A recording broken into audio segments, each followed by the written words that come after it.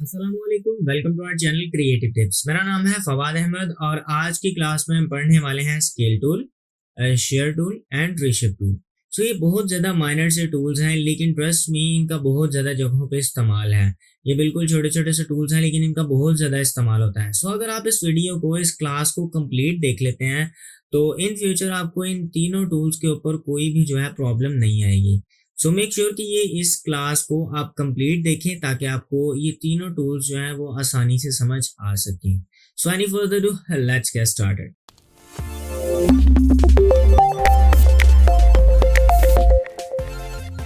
जैसा कि आप देख सकते हैं यहाँ पे मैंने इलस्ट्रेटर को ओपन करके रखा हुआ है और अभी हम देखते हैं कि भाई हमारा स्केल टूल, शेयर टूल और रीशेप टूल कहाँ पे है। ये रहा हमारा सबसे पहले स्केल टूल। अगर आप इसके ऊपर यहाँ पर राइट क्लिक करेंगे तो देखिए आपके पास ये स्केल टूल, ये शेयर टूल एंड ये रहा यहाँ पे रीशेप टूल। ये तीनों टूल्स जो हैं वो आज की इस क्लास में हम देखेंगे। भाई आप कहेंगे कि हम जो है वो स्केल तो सिलेक्शन टूल की मदद से भी कर सकते हैं, लेकिन इसमें आपके पास और ज़्यादा फीचर्स आ जाते हैं कि आप अपने शेप को और ज़्यादा अच्छे से स्केल कर सकते हैं।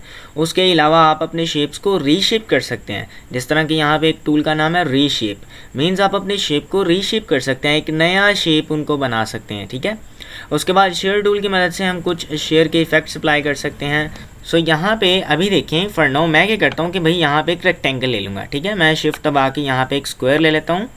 अब देखें भाई, आप सिलेक्शन टूल की मदद से अगर मैं इसे ऐसे ही इसे स्केल डाउन करूँगा तो देखिए इसकी मदद से भी तो हम स्केल कर सकते हैं। लेकिन इस स्केल टूल का भैया क्या काम, तो आप इस पर जैसे ही क्लिक करते हैं तो देखिए भाई सेंटर में एक पिवट पॉइंट आ चुका है। ठीक है, ये जो लास्ट क्लास में हमने रोटेट टूल पढ़ा था, ये बिल्कुल उसी तरह से ये एक पिवट पॉइंट है।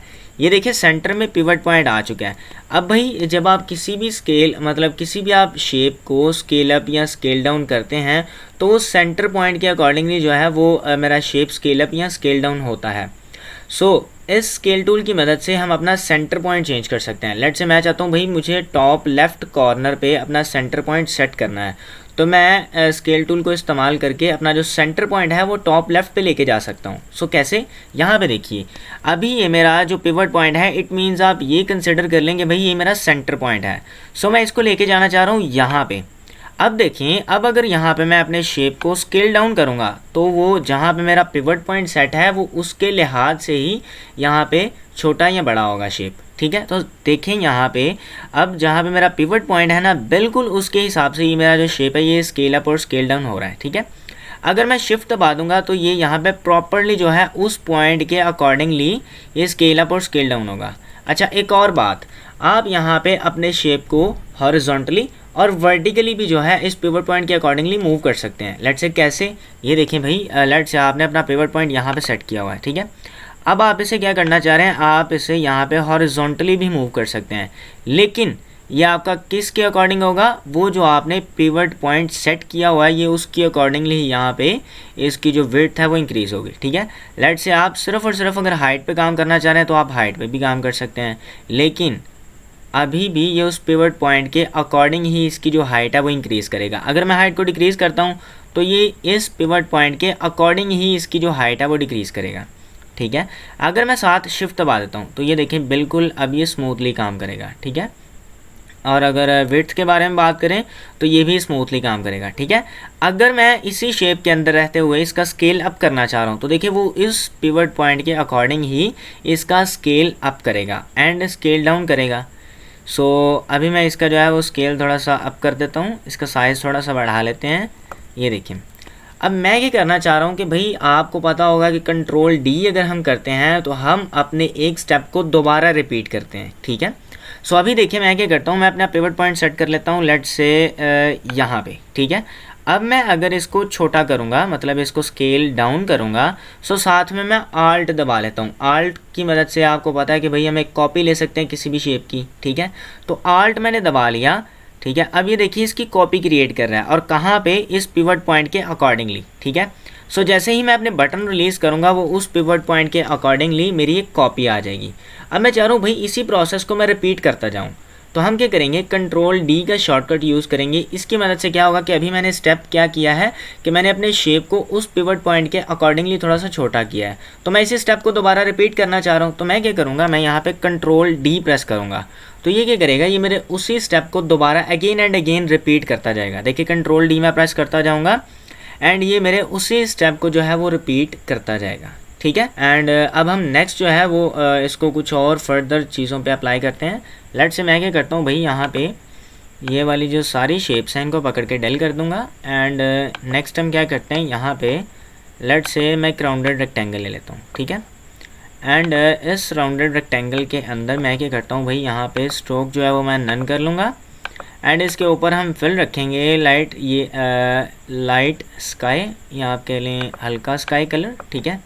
ये वाला कलर जो है, मुझे इस कलर का नेम एग्जैक्ट नहीं याद, तो हम ये वाला कलर जो है इसका रख लेते हैं। नेक्स्ट अब हम क्या करेंगे कि भाई इसके ऊपर मैं क्या करता हूँ, एक हल्का सा शेडो अप्लाई कर दूँगा। इफेक्ट में जाते हैं, यहाँ पे हम जाएंगे स्टाइलाइज में और ड्रॉप शेडो के ऊपर क्लिक करेंगे, ठीक है। अब मैं क्या करता हूँ कि भाई यहाँ पे प्रीव्यू ऑन कर लेता हूँ, ठीक है। प्रीव्यू से मुझे पता चल जाएगा कि भाई यहाँ पे कितनी ज़्यादा शेडो अप्लाई हो रही है, मुझे इसका प्रीव्यू नज़र आता जाएगा। तो अभी मैं क्या करता हूँ, इसकी जो ओपेसिटी है वो मैं कर दूँगा यहाँ पे लाइक 20%, ठीक है। और यहाँ पे हम जो है वो लाइक कर देंगे 1 एक्स एक्सिस पे और वाई एक्सिस पे भी इसको 1 कर देते हैं, ठीक है। अब मैं सिंपल इसको ओके कर देता हूँ। अब देखिए ये मेरे ऑब्जेक्ट के बैकग्राउंड पे हल्का सा शेडो आ चुका है। अब मैं क्या करता हूँ, यहाँ पे आ जाऊँगा एंड मैं पकड़ूंगा अपना स्केल टूल। स्केल टूल पकड़ने के बाद मैं क्या करूँगा भाई, इसका पिवट पॉइंट यहाँ पे सेट कर दूँगा, ठीक है। अब हम क्या करते हैं, आल्ट दबा के और शिफ्ट दबा के मैं इसको इस तरह से स्केल डाउन करूँगा। आल्ट भी दबाया हुआ है और मैं कॉपी ले रहा हूँ, ठीक है। अब मैं जैसे ही बटन रिलीज़ करूँगा, मतलब बटन्स को छोड़ूंगा, तो ये क्या करेगा, इस पिवट पॉइंट के अकॉर्डिंग, अभी यहाँ पे पिवट पॉइंट नज़र नहीं आ रहा, सॉरी, मैंने कलर भी उसी तरह का कर दिया जिस तरह का मेरा पिवट पॉइंट था, ठीक है। अब देखिए उस पिवट पॉइंट के अकॉर्डिंगली मेरी एक कॉपी आ चुकी है। तो मैंने इसी प्रोसेस को अगेन एंड अगेन रिपीट करना है, तो मैं क्या करूँगा, कंट्रोल डी प्रेस करूँगा। तो देखिए आप कंट्रोल डी प्रेस करते जाएँ एंड वही ये मेरा प्रोसेस जो है वो रिपीट होता जाएगा, ठीक है। सो यहाँ पे देखिए मैंने कितनी आसानी से एक छोटा सा अमेजिंग सा जो है वो क्रिएटिव बना लिया है। तो इस तरह से आप जो है वो स्केल टूल को अपने हिसाब से क्रिएटिवली इस्तेमाल कर सकते हैं, ठीक है। सो नेक्स्ट हम जंप करते हैं भाई शेयर टूल के ऊपर।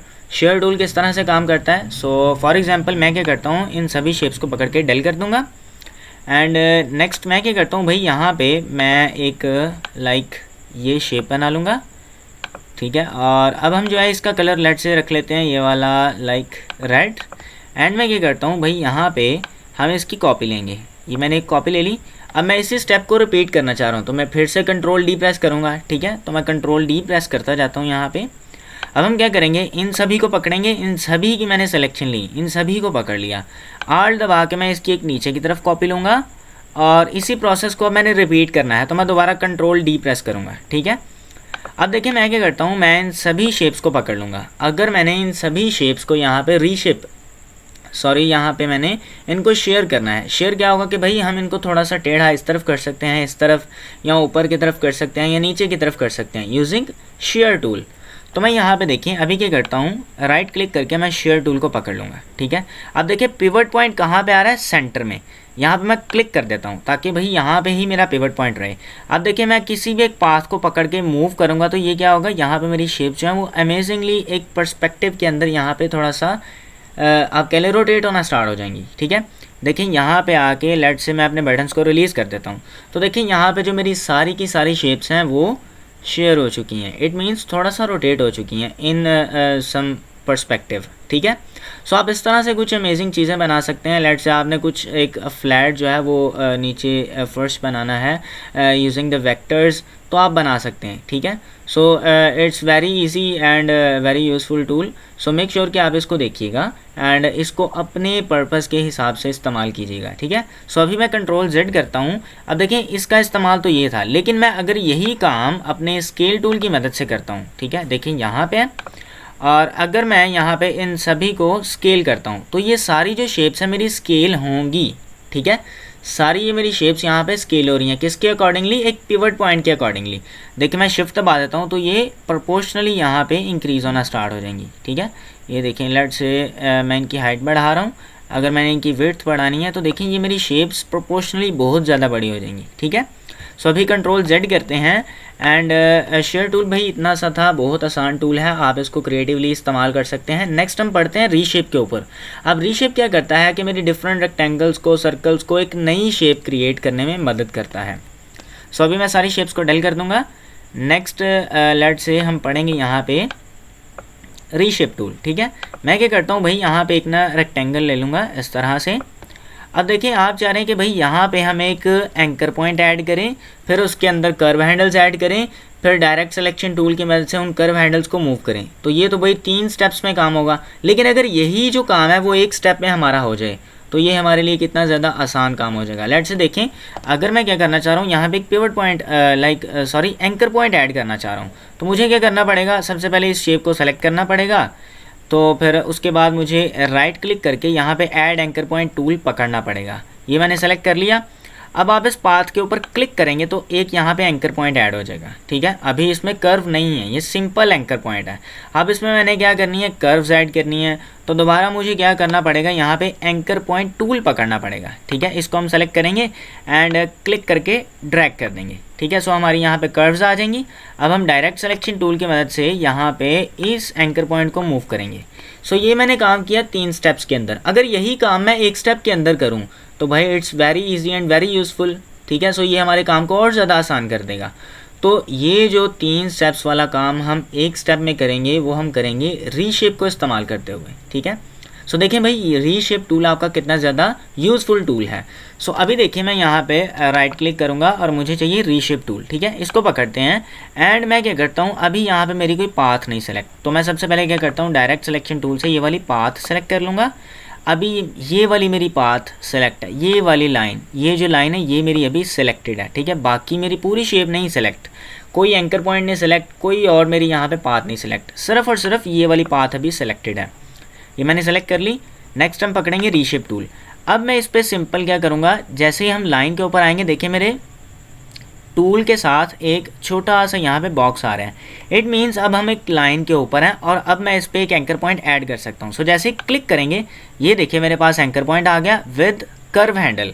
अब मैं क्या कर सकता हूँ, इसको पकड़ के आप बाहर की तरफ ड्रैग करें एंड अपने कर्व हैंडल्स को भी आप यहाँ पे मूव कर सकते हैं। कर्व हैंडल्स को हम कैसे मूव करेंगे, देखिए आप यहाँ पे डायरेक्ट सिलेक्शन टूल पकड़ें एंड अब हम इन कर्व हैंडल्स को अपनी ज़रूरत के मुताबिक एडिट कर सकते हैं। सो यहाँ पे देखिए रीशेप टूल आपका कितना ज़्यादा यूज़फुल टूल है। आप अपनी शेप्स को रीशेप कर सकते हैं, आप किसी जगह भी एंकर पॉइंट लगाएं और किसी जगह से भी अपनी शेप को जो है वो रीशेप कर सकते हैं। लेट्स से अभी देखिए मैंने यहाँ पे एंकर पॉइंट लगाया। अब मैं डायरेक्ट सिलेक्शन टूल से सबसे पहले यहाँ से ये पाथ सेलेक्ट करूँगा, रीशेप टूल पकड़ेंगे और यहाँ पे एंकर पॉइंट ऐड कर देंगे। अब दोबारा डायरेक्ट सिलेक्शन टूल से मैंने यहाँ पे जो है वो एंकर पॉइंट ऐड करना है, तो हम ये वाली पाथ सेलेक्ट करेंगे। ठीक है, रीशेप टूल पकड़ेंगे और लेट से यहाँ पे हम एक एंकर पॉइंट ऐड कर देंगे। ठीक है, सो अब मैं क्या करता हूँ भाई, डायरेक्ट सिलेक्शन टूल पकड़ेंगे और इस पाथ को मैं थोड़ा सा अंदर की तरफ मूव कर दूंगा। ठीक है, और इस पाथ को भी, ये जो एंकर पॉइंट है इस एंकर पॉइंट को भी थोड़ा सा अंदर की तरफ यहाँ पे मूव कर देंगे। ठीक है, सो इसको थोड़ा सा ऊपर ले आते हैं यहाँ पे एंड थोड़ा सा और इसे ग्रेजुअली मूव करेंगे। ठीक है, सो आप देखिए मैंने अपनी रेक्टेंगल को कितनी आसान तरीके से यहाँ पे एक रीशेप कर दिया, मतलब एक नई शेप में उसे कन्वर्ट कर दिया यूजिंग द रीशेप टूल।